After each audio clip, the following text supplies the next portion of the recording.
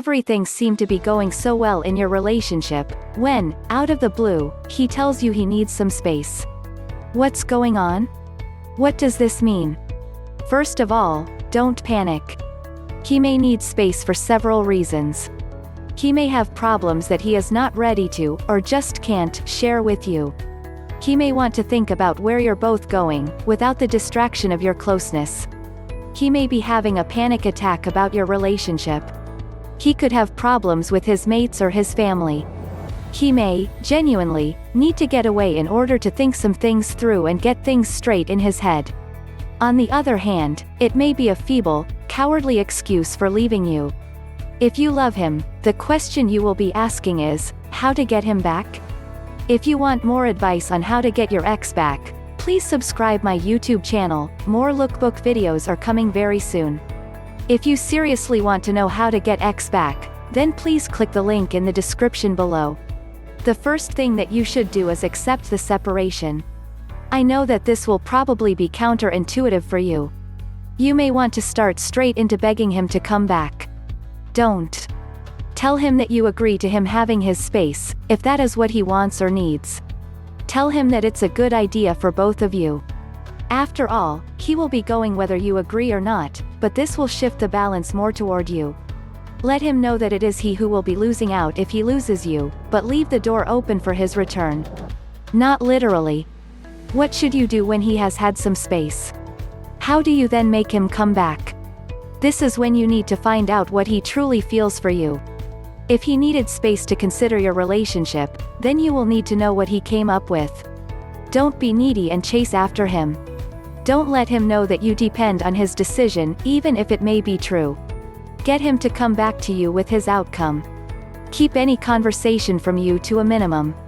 Avoid, at all cost, constant texting, annoying phone calls, and any form of stalking. All you should aim for are short texts, brief phone calls, passing conversations. He just needs to be reminded of how great a part of his life you are, and how much he needs to be a part of your life. You don't want to crowd him until he is ready, or you will drive him further away. You won't catch a fish by throwing stones at it. Just bait him, hook him, and reel him in.